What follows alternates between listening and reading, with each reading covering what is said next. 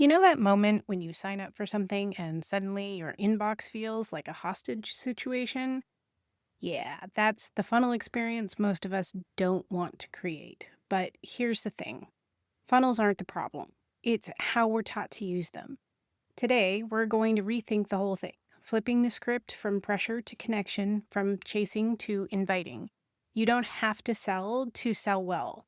Let's talk about a different way to build your funnel, one that actually feels like you. Hey, and welcome back. I'm really glad that you're here today because we're talking about something that honestly gets a bad rap: funnels. You hear the word and instantly think spammy emails, fake urgency, endless upsells, and honestly, a lot of what's out there deserves that reaction. But I want to zoom out a little today. I want to talk about funnels not as some manipulative sales machine, but as a simple, intentional way to guide people from discovering you to trusting you to eventually buying from you if it's the right fit. No pressure, no tricks, just real connection leading to real sales. If you're someone who cares deeply about the experience you create, not just for your clients, but for yourself, this episode is for you. We're going to rethink how funnels can work when you prioritize relationships over reach and integrity over shortcuts. I'll walk you through why trust is your most valuable asset, how to structure a funnel that actually honors your audience, and a few ways to get started without needing a fancy system or a giant ad budget. So let's jump in. Funnels get a bad name because so often they're built around pressure instead of connection. But the real power of a funnel, the kind that actually works and feels good on both sides, is trust. First, we're going to talk about why trust is the real strategy behind any meaningful funnel. Then, we're going to break down the core pieces you actually need to create a simple connection first pass without drowning in tech or complicated automations. I'm also going to show you how to spot the sneaky, sleazy tactics that so many funnels are built on and how to do it differently with integrity. So, from there, we're going to dig into how to design a funnel that feels like an honest invitation instead of a trap.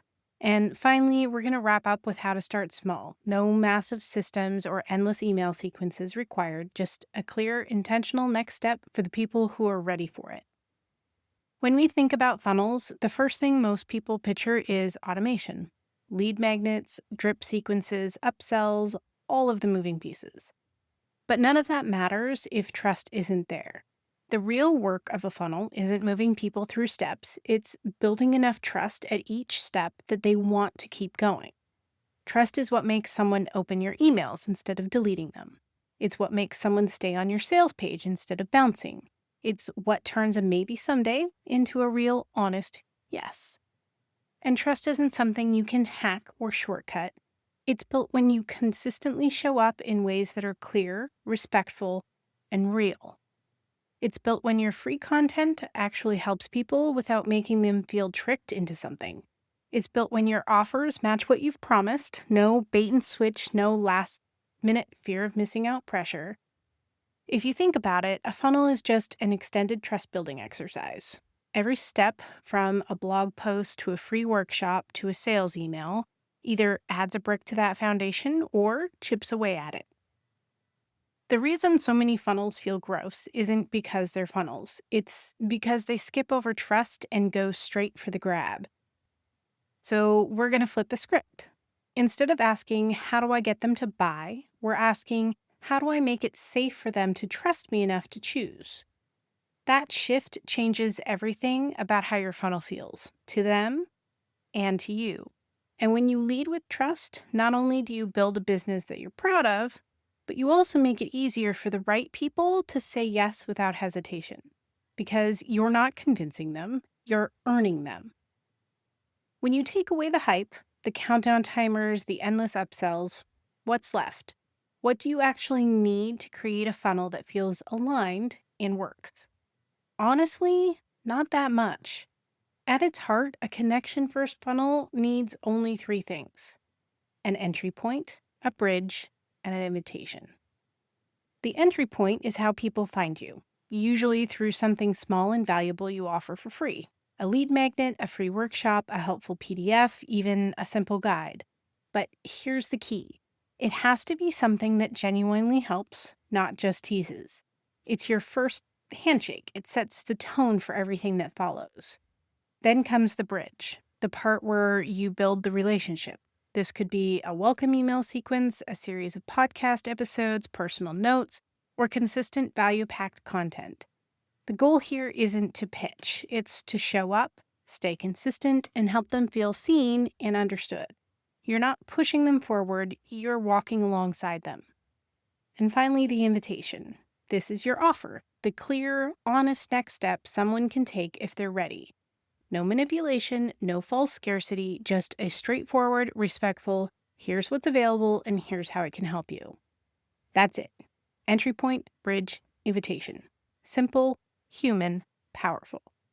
You don't need complicated automations or 7 layers of segmentation to make this work. You just need to focus on making each step feel like an extension of real trust, not a baited hook. When you design your funnel this way, it stops feeling like a strategy you're doing to people and starts feeling like a path you're inviting them to walk with you. And that energy shift, people can feel it, and they'll respond to it. One of the reasons funnels get such a bad reputation is because they're often packed with manipulative tactics that leave people feeling tricked, not trusting. And the worst part, a lot of these tactics are taught as best practices. It's easy to fall into them without even realizing it. So here's what to watch for. False urgency. Fake only 2 spots left messages or countdown timers that, magically reset if you refresh the page or clear your cookies. It creates pressure, not connection. If urgency is real, like an actual start date, that's fine. But if it's manufactured, people can smell it a mile away these days. Overpromising and under-delivering. Hyping up a freebie as life-changing and then delivering something generic or surface level, this erodes trust fast. Every promise you make should be one that you're proud to keep. The bait and switch.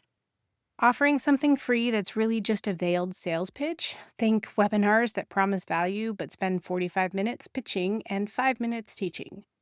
People feel duped, and that feeling sticks way longer than any discount code. Overwhelming people into a yes. Stacking bonuses, flash sales, complicated bundles, more isn't always better. It can just be noise that makes real decision-making harder for some people. Treating people like leads, not humans. Seeing people as numbers on a spreadsheet instead of individuals who are trusting you with their intention and their inbox. The alternative? It's simple, but not always easy. Respect people's time. Respect their agency. Tell the truth. Deliver what you promised. Trust that the right people will choose you when you create real value and treat them with real care. Your funnel can be a place where people feel seen, not squeezed. It can be a space where they feel like they're making a choice, not being herded. That's the kind of business that lasts. That's the kind of business that feels good to build. So, the feeling when someone invites you to something and you actually want to go? That's the feeling we want your funnel to create. Not pressure, not guilt, not if you don't buy now, you're failing your future self.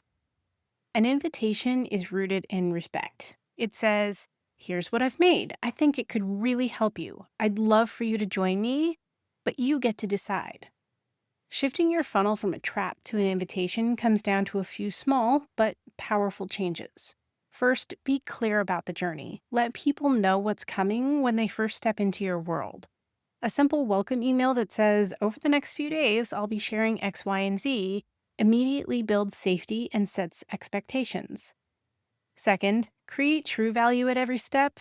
Instead of hoarding your best insights for the paid offer, give generously upfront. When people feel helped, not hustled, trust will deepen. They'll naturally want to stay connected because what you're sharing is already making a difference for them.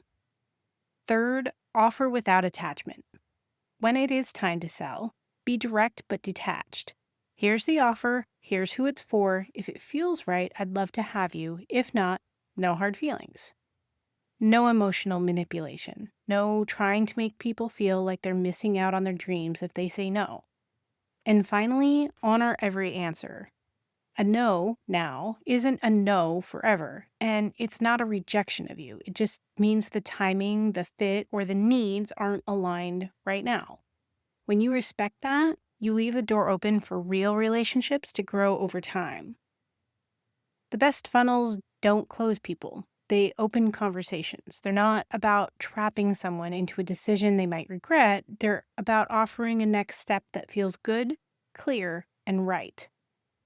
When you build a funnel like that, you're not just making sales, you're building community, loyalty, and a business you can feel proud of every single day. If the idea of building a funnel still feels heavy or overwhelming, here's some good news. You don't need a massive system to make it work. You don't need 7 email sequences, 15 tripwires, or a dashboard that looks like a NASA control center. You just need the next right step for you and for the people you want to serve. Starting small with your funnel can actually be an advantage. It keeps things simple, personal, and easy to adjust as you grow. So here's what a minimal connection first funnel might look like. You create a simple freebie, a guide, a checklist, or short training, something you know would genuinely help someone who's just finding you. You set up a basic opt-in form and a thank you page that welcomes them warmly and sets expectations. Then you can write 3 to 5 short, heartfelt emails. Emails that introduce yourself, you deliver the real value, you share a bit of your philosophy, and finally, you offer a next step. Whether that's working with you, booking a call, or checking out a program you've created. That's it. Entry point, bridge, invitation. And the beauty of starting this way is that you're not just building your funnel, you're building skill. You're practicing how to connect, how to offer, and how to trust the process without hiding behind complexity. You can always add more later if it feels right. Automations, segmentations, fancy tags, all of that can come when it actually supports the relationship you're building, not just because someone said you should. But you don't need it to start. You're ready now, and the people who need you, they're ready too. Funnels aren't the enemy. It's not the idea of guiding someone through a journey that's broken. It's the way so many people have been taught to do it. When you strip away the hype, the urgency, the games, what you're left with is something simple and powerful, a path built on trust, a conversation between you and the people who need what you offer. You don't need to manipulate people into buying from you. You don't need to drown them in emails or pressure them with fake deadlines. You just need to show up consistently, offer real value, and invite them forward when the time is right. Building a funnel around connection instead of conversion flips the entire experience for you and for the people you're meant to serve. It feels cleaner, lighter, more honest, and ultimately more effective too. So if you've been feeling stuck, overwhelmed, or turned off by the whole idea of funnels, I hope today's episode gave you permission to rethink it and to make it smaller, simpler, and a whole lot more human. Because the truth is, the right people don't need to be convinced. They just need to be invited by someone they trust. And that someone is you. So if this episode resonated with you, I would love for you to stick around, hit follow or subscribe wherever you're listening. And if you're feeling extra generous, sharing the episode with a friend who's building their business with heart would mean the world. Thanks for being here. I'm so glad we're walking this path together. Thanks for listening in. Talk soon.